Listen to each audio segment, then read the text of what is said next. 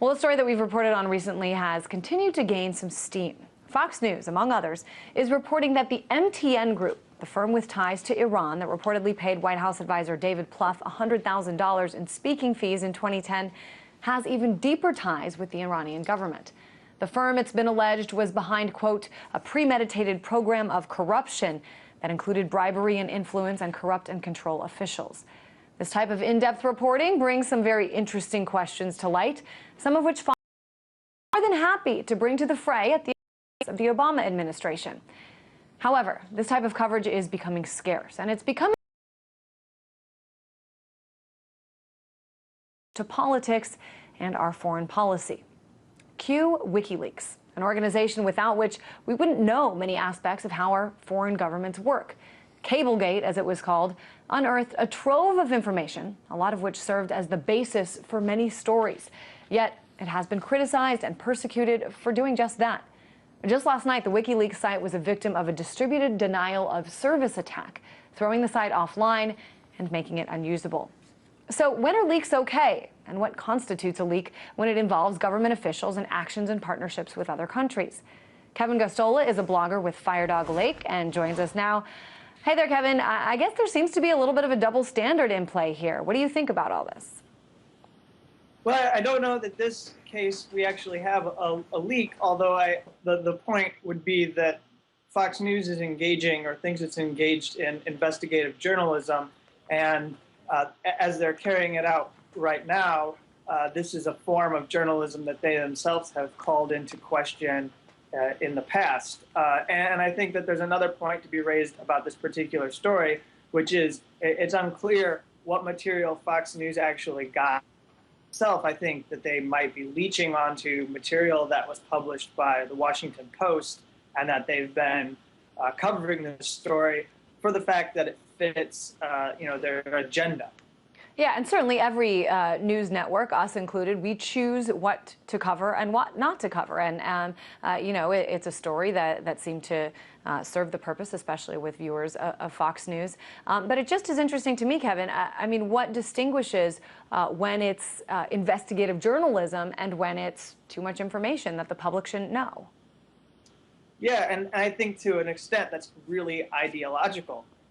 And I think that this story hits a nerve for viewers of Fox News because it's a way to focus attention on Iran, which I'd say most viewers of Fox News probably despise utterly and feel that Iran is going to do something incredibly terrible tomorrow against the United States if the United States turns its back and lets it go about its business.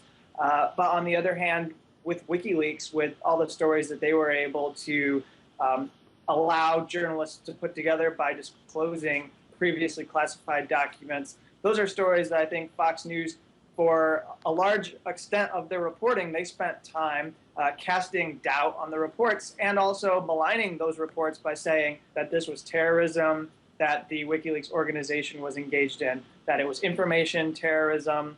I believe S.E. Cupp was on the show in January 2011, and she's so-called atheist, or likes to think she is, and along with Peter King, these other individuals, Congressman Peter King, have tried to go after WikiLeaks as a terrorist organization and sort of, turned things around and said that this sort of reporting that's being made possible by WikiLeaks is something that we'd like to shut down. You brought up Congressman Peter King. So I want to play something that he recently said when it comes to, the media, the evil fourth estate. I'm tired of these critics, the civil liberties types, the New York Times, the Washington Post. I think what the media is probably looking for is they don't want these restrictions being put on. They don't want the use of polygraphs outside the intelligence community. They are basically, as I see it, they are afraid that they're going to lose their sources in the intelligence community. So basically, you have these people are putting their own parochial interests, I'm talking about the media, ahead of the national interest. Far be it for the media to think it's important to report upon the U.S. government aiding one side of a foreign war. Kevin, this is an elected lawmaker essentially telling the media not to do its job. How does he get away with this?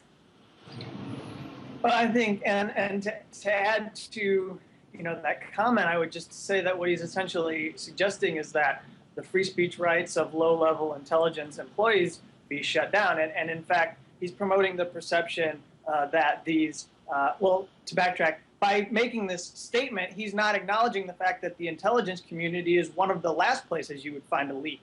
Actually, you're more likely to find a leak out of Peter King's office, probably, than the some agency in the intelligence community. And I think, you know, what he's really saying just sort of makes me feel like, in a perfect world, if Peter King could make it possible, he would like to take away the right to publish of the New York Times or other organizations that he would think have overstepped their privileges and gone beyond and started to do actual national security journalism, which I think is what, in effect, he's trying to suppress and criminalize when he's actively participating in activities where he's putting together sort of policy proposals that crack down on so-called leaks. Well, speaking of publications being accused of, overstepping their privileges, Wikileaks, of course, continues to be attacked. But it wasn't always that way. For a while, when Wikileaks sort of came out, especially with the collateral murder video and the trove of documents released initially,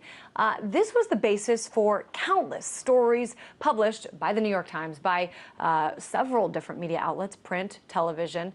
And then it sort of changed course and started to sort of become vilified. What do you think happened?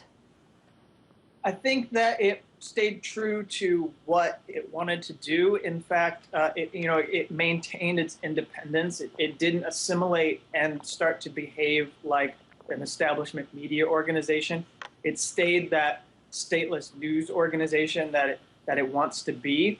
And in doing so, it really showed the division here, because I believe that the media in this country, especially the ones that have access to the White House, pride themselves on having this position, and they feel like they have this duty, this servant duty, that they have to protect secrets from being released, which is why the New York Times and even the Washington Post, if they would get any materials now and they were leaked documents, they would go to the White House and say, look, I have this material, I want to publish it. And then the White House would understandably have an issue with them publishing, but would work with them because they know that they can't really take away that right. But at the same time, they would have this ability to work against this leak before, or they would be able to work against this publication. And that would pose a problem, because now they can't, they won't be caught off guard. What change is going to happen if press organizations are giving them a heads up? Well, WikiLeaks won't give the government or any government in the world a heads up. They just go to publish. Yeah, it certainly is going to be interesting to watch, Kevin, and see sort of what happens if another, WikiLeaks 2.0 pops up. If people start to get angry about the site being taken down constantly. Certainly an interesting discussion. Kevin Gosztola, blogger with Firedog Lake.